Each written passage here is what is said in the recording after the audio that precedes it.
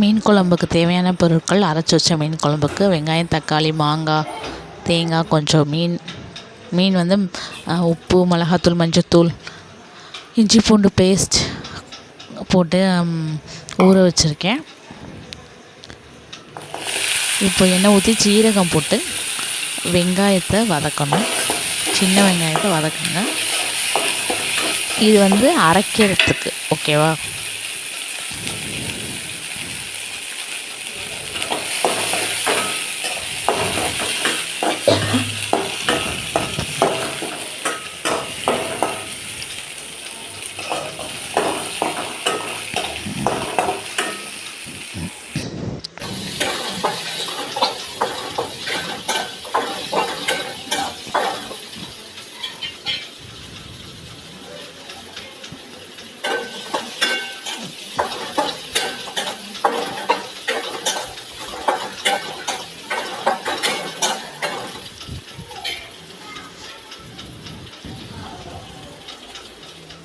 Next தக்காளி போடணும்.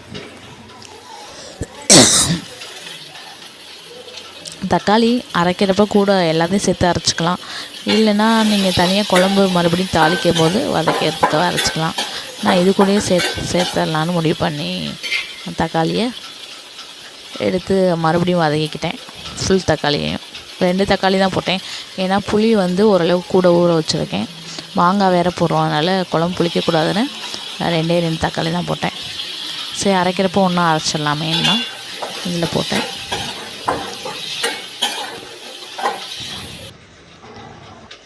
Next அரைக்க ரெடி ஆயிடுச்சு. எல்லாமே அரைச்சிட்டேன்.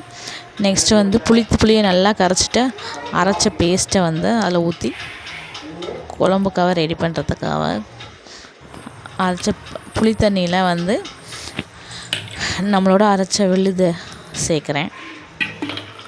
வெங்காயம் தக்காளிலாம் அரைச்சோம்ல, சீரகம் போட்டு தேங்காய், வெங்காயம், தக்காளி, தேங்காய் எல்லாத்தையும் அரைச்சி இதை சேர்த்துட்டேன்.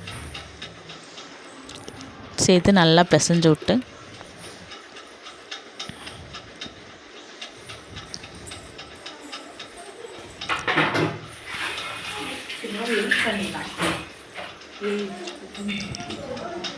நல்லா பிசைஞ்சதுக்கப்புறம் காரத்துக்கு ஏற்ப மிளகாத்தூள் சேர்த்துக்கிட்டேன். உங்கள் காரத்துக்கு ஏற்ப நீங்கள் சேர்த்துக்கோங்க. அதே மாதிரி மஞ்சத்தூள் சேர்த்துருக்கேன்.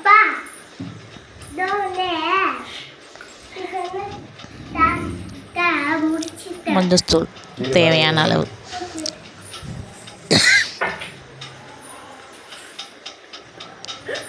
அதுக்கப்புறம் தேவையான அளவு உப்பு.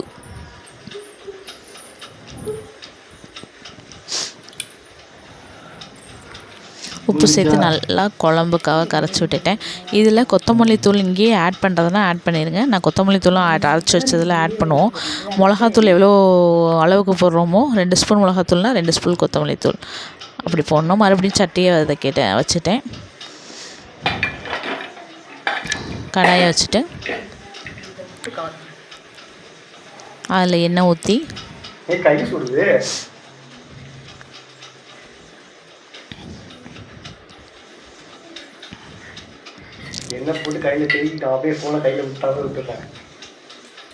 நல்லெண்ணெய் ஊற்றிக்கிறேன்.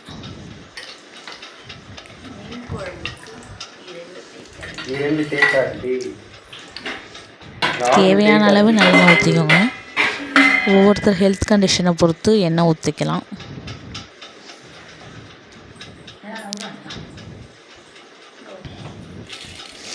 வெந்தயம், சீரகம் 2 போட்டு வதக்குறேன். கருவேப்பிலை அதெல்லாம் வதக்கிட்டு சின்ன வெங்காயம் ஏற்கனவே பாதி மிச்சம் வச்சுருந்தோம்ல, அதை வதக்கிறதுக்காக வச்சுருந்ததை தாளிக்கிறதுக்காக வச்சுருந்த சின்ன வெங்காயத்தை போடுறேன். நல்லா வதக்குறேன்.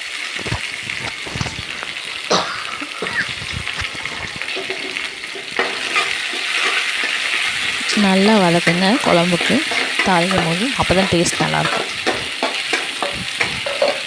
நல்லா வதக்கிட்டு நான் தக்காளி போடல இப்போ வதக்கிறப்ப. ஏன்னா நான் ஏற்கனவே புளி, தக்காளி எல்லாத்தையும் அந்த தக்காளியை அரைச்சிட்டேன். புளியும் கொஞ்சம் நிறைய போட்டதுனால, நான் மாங்காவும் 2 துண்டு எக்ஸ்ட்ரா இருக்கிறதுனால புளிக்கும் ரொம்ப குழம்பு. அதனால் வந்து நான் ஸ்கிப் பண்ணிட்டேன் தக்காளியை. இப்போ அரைச்சி வச்சோம்ல பேஸ்ட்டு, அந்த புளி தண்ணி ஃபுல்லாக குழம்புக்கு ரெடி பண்ணி வச்சுருந்ததை இதில் ஊற்றலாம்.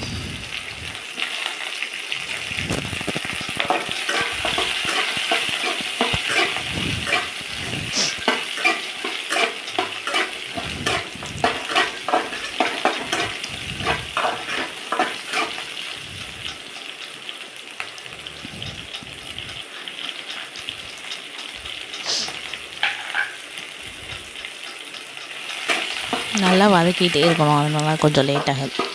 கொஞ்சம் வதங்கிட்டே இருக்கணும்.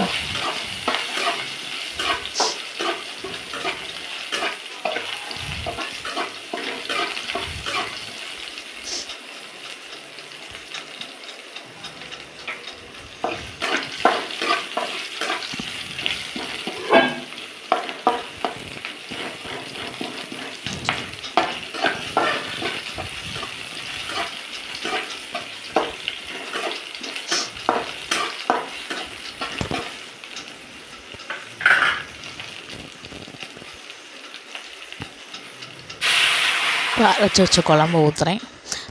நான் மிளகாத்தூள் வந்து கடையில் வாங்குறது இல்லை, ஒன்லி வீட்டில் அரைக்கிறது தான். அதனால் எனக்கு வந்து அந்த ரெட்டிஷ் கலர் வராது கொஞ்சம். அதனால் ஒன்றும் பயந்துடாதீங்க. பட் டேஸ்ட்டு பக்காவாக இருக்கும். அடுத்து மீனை வந்து ஊற வச்சேன்ல, உப்பு மிளகாத்தூள்லாம் போட்டு குழம்பு கொதிச்சோடனே மீனை சேர்த்துக்கலாம்.